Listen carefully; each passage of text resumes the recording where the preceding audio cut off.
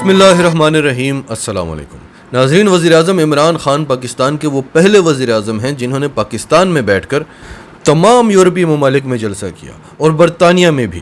اس سے پہلے جب عمران خان نے امریکہ کا دورہ کیا تھا تو عوام کا ایک جمع غفیر جمع ہو گیا تھا اور ٹرمپ حیران ہو گیا تھا کہ یہ کون ہے جو میرے ملک میں آ کر اتنا بڑا جلسہ کر رہا ہے جتنا کہ میں بھی نہیں کر سکتا.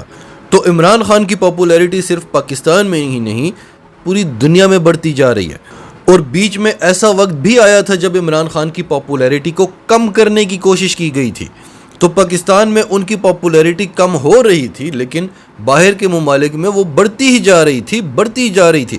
تو عمران خان نے آج اوورسیز پاکستانی سے خطاب کیا ہے اور اس خطاب میں انہوں نے بڑے امپورٹنٹ پوائنٹس بتائے ہیں جو پاکستان میں موجود پاکستانیوں کے لیے جاننا بھی بہت اہم ہے.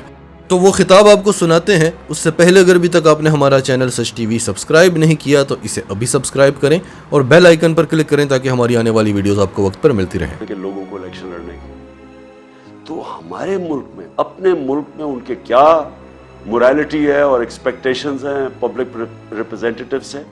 ہمارے ملک میں پرائم منسٹر مسلط کر دیا ایک کرپٹ ترین آدمی اور اس کے ساتھ سارا ایک کرپٹ ترین ٹولہ جو انٹیریئر منسٹر ہے. امیجن کرو جس کے نیچے انٹیریئر منسٹری ہے ان کا اپنا وزیر نون لیگ کا کہتا ہے اس نے 18 قتل کیے ہوئے. ان لوگوں کو ہمارے اوپر بٹھایا. میں سمجھتا ہوں کہ یہ اس سے بھی بڑی سازش ہے.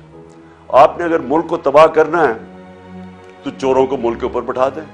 آپ نے ایک فیکٹری کو تباہ کرنا ہے تو ایک کرپٹ آدمی کو فیکٹری کا مینیجر بنا دیں. فیکٹری بند ہو جائے گی آپ کی. تو ملک جس کے 22 کروڑ کا ملک اس کے اوپر ان لوگوں کو بٹھانا میں سمجھتا ہوں کہ یہ صرف یہی نہیں کہ ہمارے خلاف سازش ہے ملک کی فیوچر کے لیے بٹ یہ توہین بھی ہے ہماری. اور اس لیے مجھے بڑی خوشی ہوئی کہ جس طرح آپ سب نے نکل کے پروٹیسٹ کیا اور بتایا یہ ان ایکسیپٹیبل ہے. میں اس لیے آپ کو خاص طور پہ آج خراج تحسین پیش کرتا ہوں. میں اوورسیز پاکستانیز کو اس لیے ویلیو کرتا ہوں کیونکہ میں اتنی دیر اوورسیز پاکستانی رہا ہوں. میں اپنے 18-20 سال کرکٹ کھیلتا تھا تو باہر ہی ہوتا تھا پاکستان کے اور میری انٹریکشن اور میں اپنے ایک یعنی میں پاکستانی بھی تھا اور اوورسیز پاکستانی بھی تھا. دیکھیں جو اوورسیز پاکستانی ہے نا ان کے اندر 2 بڑی امپورٹنٹ کوالٹیز ہیں. ایک اسپیشلی یورپ اور انگلینڈ کے اندر آپ نے ڈیموکریٹک سسٹمز کو فنکشن ہوتے دیکھا. آپ نے اداروں کو چلتے دیکھا. آپ سب سے زیادہ سمجھتے ہیں کہ جو پاکستان میں ہوا ہے اس سے زیادہ ظلم کسی قوم سے نہیں ہو سکتا کہ پہلے سازش کر کے ایک الیکٹڈ گورنمنٹ گراؤ اور اچھا وہ گورنمنٹ گراؤ جس نے پاکستان جب سنبھالا تھا تو بینکرپٹ تھا. سب سے بڑا بیرونی خسارہ تھا پاکستان کا جس کو کرنٹ اکاؤنٹ ڈیفیسٹ کہتے ہیں. کبھی پاکستان کی تاریخ میں اتنا بڑا بیرونی خسارہ نہیں ملا تھا. اور اس ملک کو جو بینکرپٹ ملک تھا جدھر ہمارے پاس ڈالرز ہی نہیں تھے اور یعنی میرے لیے اتنا وہ شرمندگی کا وقت تھا کہ مجھے جا کے باہر کے ملکوں سے پیسے مانگنے پڑے کیونکہ ہم بالکل بینکرپٹ تھے. ہاتھ پھیلانے پڑے اور شرم آتی تھی کہ لوگوں سے ہم پیسے مانگ رہے ہیں کیونکہ ہمارے پاس تو ریزروز ہی ختم ہو گیا تھا. ہمارے پاس تو 2 ہفتے کی امپورٹس کے لیے پیسہ ہی نہیں تھا. ہم ڈیفالٹ کرتے جا رہے تھے. تو وہ ملک ہمیں جب ملا اور مجھے بڑا فخر ہے کہ اس کے باوجود کہ ہمارے دوسرے سال پہ کرونا نے ہٹ کیا پاکستان کو کرونا وائرس نے اور آپ کو سب کو پتہ ہے انگلینڈ میں یورپ میں کیا اس کا امپیکٹ پڑا ہے. آپ یہ سمجھیں کہ یہ ہمیں باتیں کرتے ہیں اہلیت کی کہ پاکستان وہ ملک تھا جس دنیا میں ریکگنائز ہوتا ہے کہ سب سے بہترین طریقے سے ہم نے کرونا کو مینیج کیا. ہم نے اپنی اکانومی بچائی, اپنے غریب لوگ بچائے اور پھر لوگوں کو کرونا سے بچایا. آپ یہ سوچیں کہ ہمارے ٹوٹل 31,000 لوگ بدقسمتی سے جو کرونا کے اندر گئے. ہندوستان میں جو لیٹسٹ ان کی اب جو فگرز ریوائز فگرز آ رہی ہیں 50 لاکھ سے اوپر لوگ ان کے مرے. 50 لاکھ سے اوپر 50 لاکھ سے کوئی یعنی 55 لاکھ تک ان کے لوگ مرے جو لیٹسٹ فگرز ابھی آ رہی ہیں. اسی دور اور ان کی اکانومی 7% گرو کر رہی تھی -7 پہ چلی گئی. ہماری اکانومی تھی 0.2% پہ اور ہم نے جس طرح کرونا ہینڈل کیا ہماری تیسرے سال میں 5.6% گروتھ ریٹ تھی جو IMF نے لے کے آئے. تو 0.2 سے اوپر اکانومی بھی بچی, ہم نے اپنی انڈسٹری کو بوسٹ دیا, ہماری ریکارڈ ایکسپورٹس تھی, ہماری ریکارڈ ریمیٹنسز آپ کی وجہ سے, کیونکہ ہم نے کوشش پوری کی کہ اوورسیز پاکستانیوں کو انکریج کریں کہ بینکنگ چینل سے 31 ارب ڈالر کی پاکستان میں ریمیٹنسز آئیں جو ریکارڈ ہے. ہمارا جو ڈیجیٹل روشن ڈیجیٹل پاکستان تھا, اس سے آپ نے اس کے ذریعے اٹریکٹ کیا ہم نے پیسے. ہماری ٹیکس کلیکشن پاکستان کی تاریخ کی ریکارڈ تھی. ہماری جو 5 فصلیں تھیں اور خاص طور پر جو 4 بڑی فصلیں, اس میں پاکستان کی تاریخ میں ریکارڈ پروڈکشن ہوئی, سب سے زیادہ پیداوار ہوئی, کیونکہ ہم نے کسانوں کی مدد کی, ان کو ٹھیک ٹائم میں پیسے دیے, ان کو صحیح قیمت لگائی اپنی فصلوں کی. کبھی اتنا پیسہ ہمارے کسانوں کے پاس نہیں کیا جو 60% پاکستان. اور ہماری جو انڈسٹری جو کارپوریٹ پروفٹس تھے وہ ریکارڈ ہوئے. یعنی ملک کو تب انہوں نے ہماری گورنمنٹ گرائی جب اصل میں ملک سارا IMF کہہ رہا ہے سسٹینیبل گروتھ کے اوپر چلا گیا تھا. یہ بھی سازش تھی.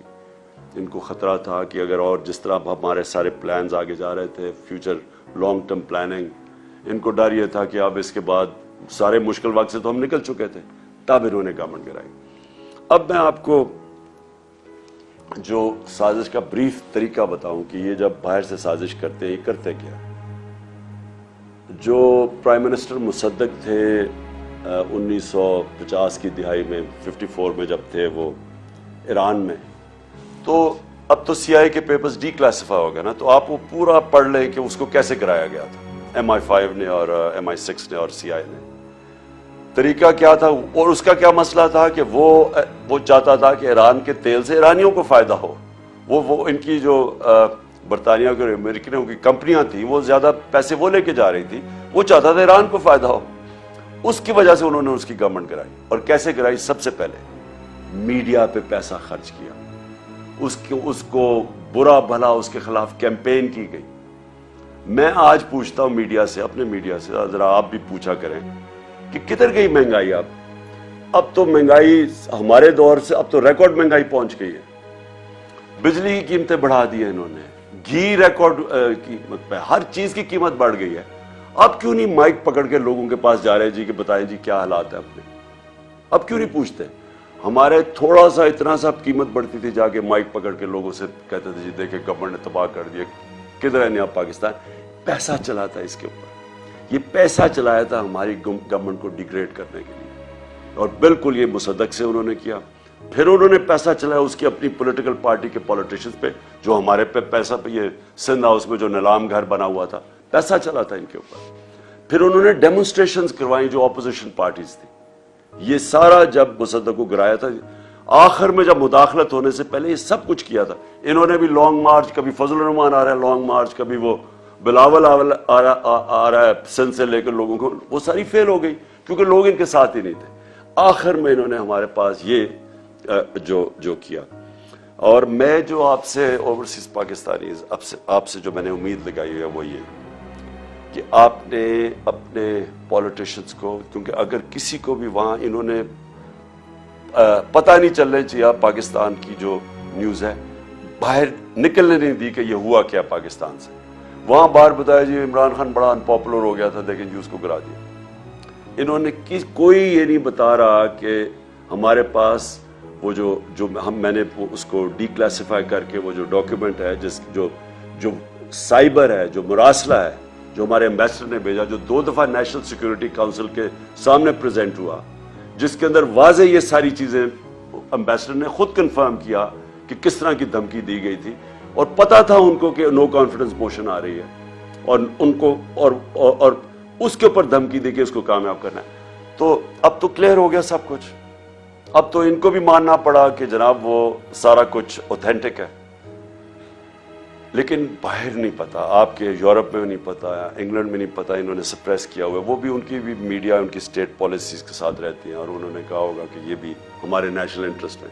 لیکن آپ کو کم از کم یہ پوچھنا چاہیے اپنے پولیٹیشین سے, لوگوں کو لکھنا چاہیے, لیٹر لکھنا چاہیے کہ یہ جو ہوا ہے یہ کیا یہ آپ الاؤ کریں گے اپنے ملک میں؟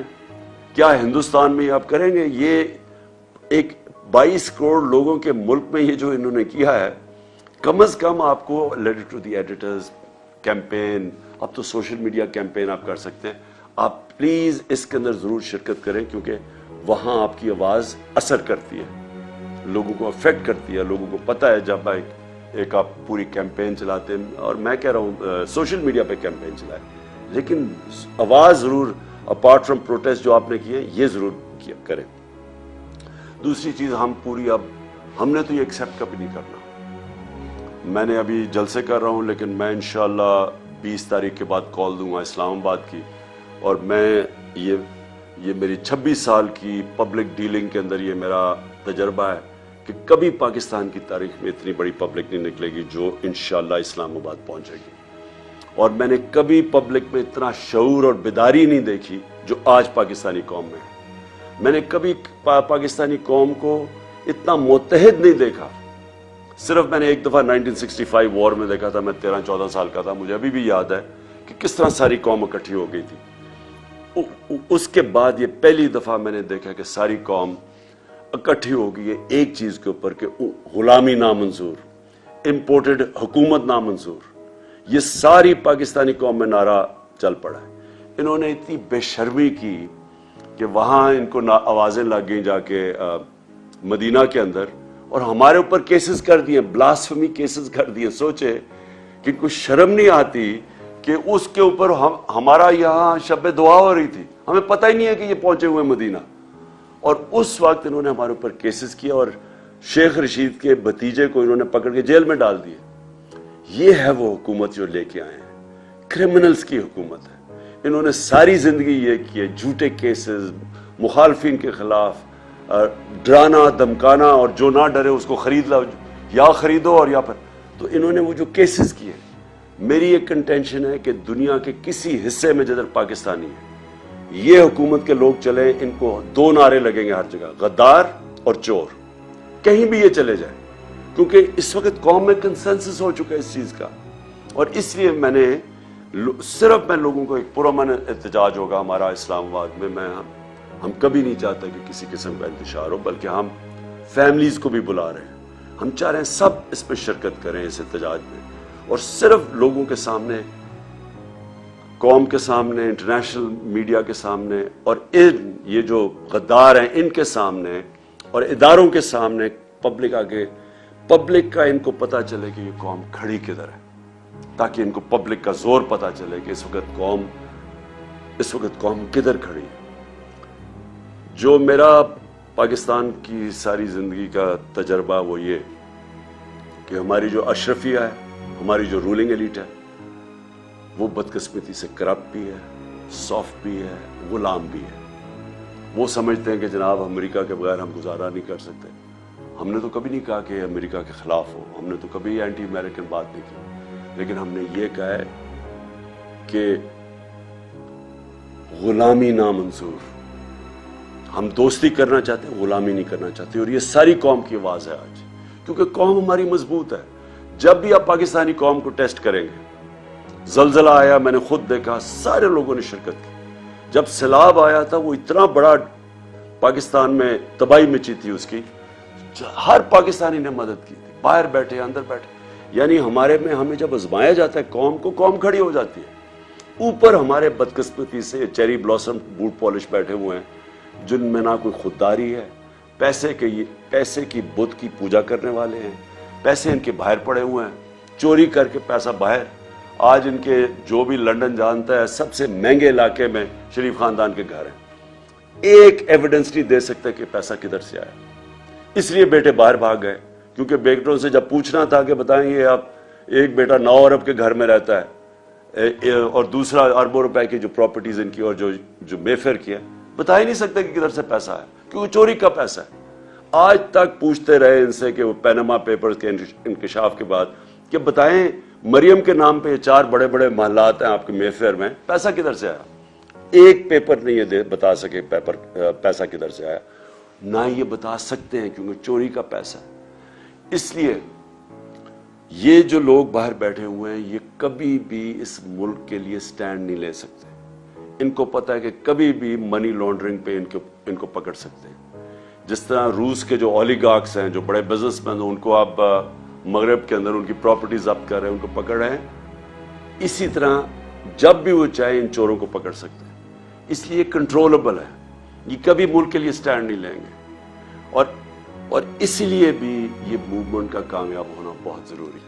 اور انشاءاللہ وقت یہ ثابت کرے گا کہ یہ جو پاکستان میں ایک ڈیفائننگ مومنٹ ہے، اور یہ وہ ایک لمحہ ہے پاکستان میں جب یہ قوم بالکل آزاد ہو جائے گی اس طرح کی چوروں سے، ڈاکوؤں سے، غداروں سے. اور یہ پھر جو میں خواب دیکھتا تھا نیا پاکستان کا، انشاءاللہ اس خواب کی طرف ہم نکل جائیں گے. پاکستان زندہ باد. ناظرین، آپ کی اس سب کے بارے میں کیا رائے ہے؟ کمنٹس میں اپنی رائے کا اظہار کرتے رہیں، اور اگر آپ ہمارے چینل پر نئے ہیں تو ابھی سچ ٹی وی کو سبسکرائب کریں، سچ ٹی وی فیملی کا حصہ بنیں، اور ہماری ویڈیوز پسند آئی تو انہیں لائک کریں، شیئر کریں، تاکہ زیادہ سے زیادہ لوگوں تک یہ میسیجز پہنچتے رہیں.